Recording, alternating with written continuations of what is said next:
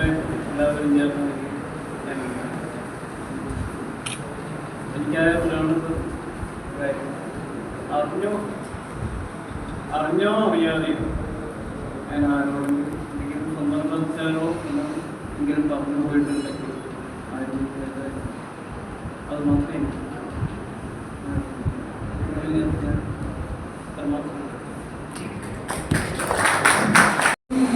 ബാബുവിനെ ക്ഷണിക്കുന്നു.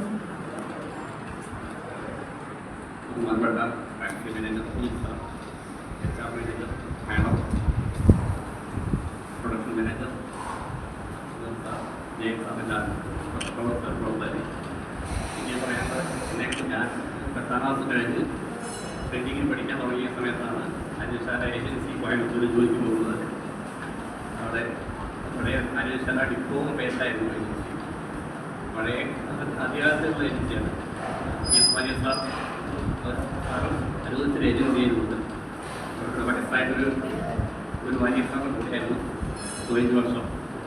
അത് കഴിഞ്ഞിട്ട് പുറകെ പോയി നമ്മുടെ എജിയും ഷാർവാദി സാറെ കണ്ടു. അദ്ദേഹമാണ് നിൽക്കാനുള്ള അവസരം ചെയ്യുന്നത്. അത് കഴിഞ്ഞു വീണ്ടും ഞാൻ ഒരു അന്വേഷണ ഏജൻസിയുമായി മുന്നോട്ട് നീങ്ങാനാണ് തീരുമാനിച്ചിട്ടുള്ളത്. പിന്നെ ഈ ഇത് യാത്രയുടെ സമയത്ത്